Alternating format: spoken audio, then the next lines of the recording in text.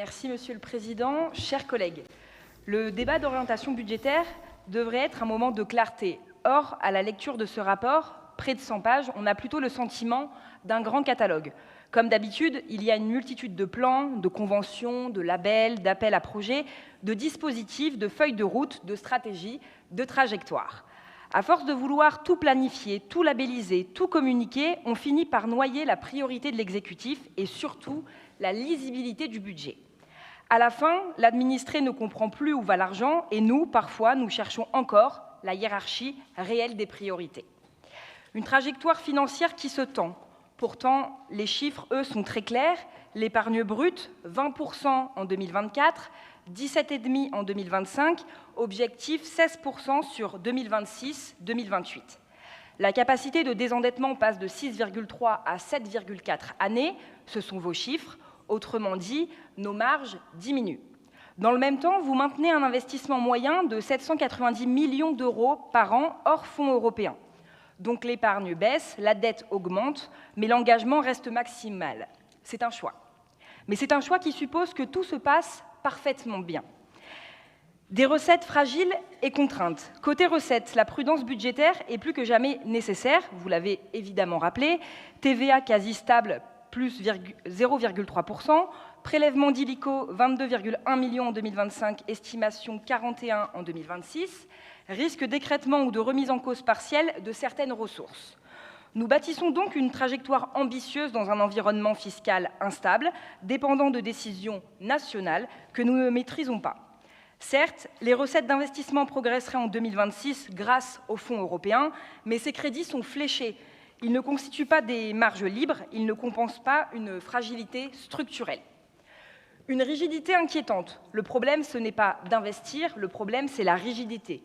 Une fois les autorisations de programme votées, les travaux engagés, les contrats signés, il y a très peu d'alternatives. La trajectoire devient rigide et cette rigidité intervient dans un contexte national incertain.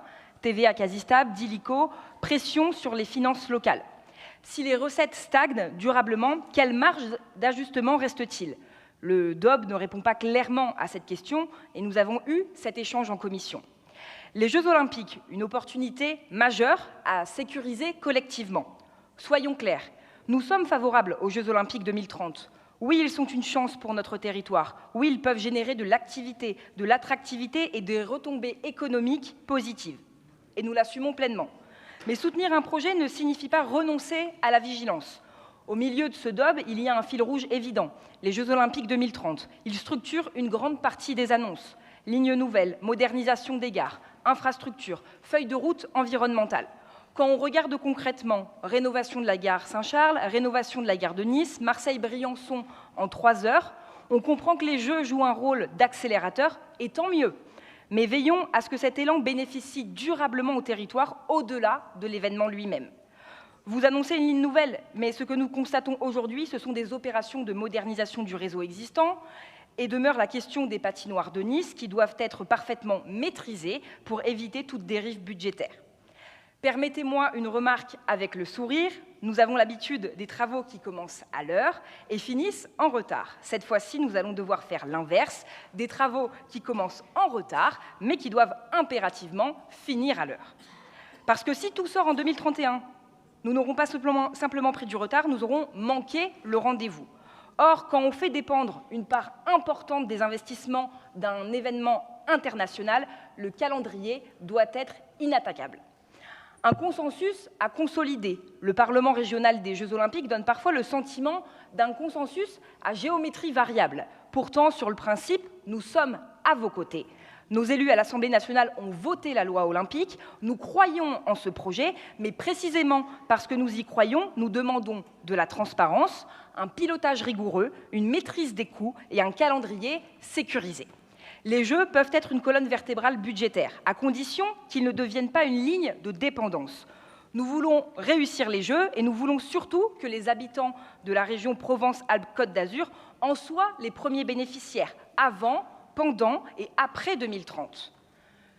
Une inflation de dispositifs. Autre point, la multiplication des dispositifs, plan climat, COP régional, plan sobriété, plan transformation, plan jeunesse, plan sécurité, plan IA, label, prix d'excellence, conventions multiples. Tout cela donne le sentiment d'une région hyperactive. Mais plus l'action publique devient complexe, plus elle devient illisible. Et plus elle devient illisible, plus elle devient coûteuse administrativement.